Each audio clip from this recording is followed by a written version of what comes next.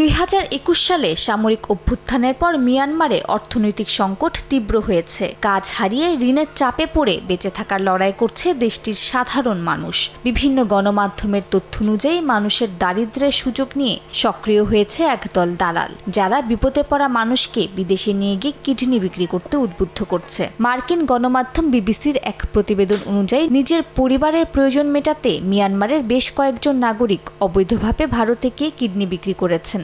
দারিদ্র্য, ঋণের বোঝা আর একটু ভালো থাকার স্বপ্ন, এটাই তাদের কিডনি বিক্রির কারণ বলে প্রতিবেদনে উল্লেখ করা হয়। সংবাদ মাধ্যম বিবিসিকে এক কিডনি বিক্রেতা জানান, স্থানীয়ভাবে অনেকেই কিডনি বিক্রি করতে দেখেছেন, তাই তিনিও এক দালালের সঙ্গে যোগাযোগ করেন। এই দালাল ভুয়া নথি তৈরি করে তাকে ভারতে পাঠায়, যেখানে একজন বার্মিজ নারীর আত্মীয় পরিচয়ে তার কিডনি প্রতিস্থাপন করা হয়। একটি কিডনি বিক্রি করে প্রায় 20 থেকে 30 লাখ টাকা পাওয়া যায় বলে জানান তিনি। ভারতে এমন কিডনি কেনাবেচার ঘটনা বাড়ছে। সাম্প্রতিক এক অভিযানে পুলিশ 7 জনকে গ্রেফতার করেছে, যাদের মধ্যে একজন চিকিৎসকও রয়েছেন। পুলিশের অভিযোগ, দলটি দরিদ্র বাংলাদেশিদের কিডনি বিক্রির ব্যবস্থা করছিল এবং প্রতিস্থাপনের অনুমোদন পাওয়ার জন্য জাল নথি ব্যবহার করে। কিন্তু কিডনি বিক্রির পর অনেকের শরীরে দেখা দিয়েছে নানা জটিলতা। বিশ্ব স্বাস্থ্য সংস্থা বলছে, বৈধভাবে কিডনি প্রতিস্থাপনের হার বেড়েছে, কিন্তু চাহিদার তুলনায় তা অনেক কম। আর এই ঘাটতির সুযোগ নিচ্ছে দালালরা। দরিদ্র মানুষের অসহায়ত্বকে কাজে লাগিয়ে গড়ে তুলছে অন্ধকার এক বাজার।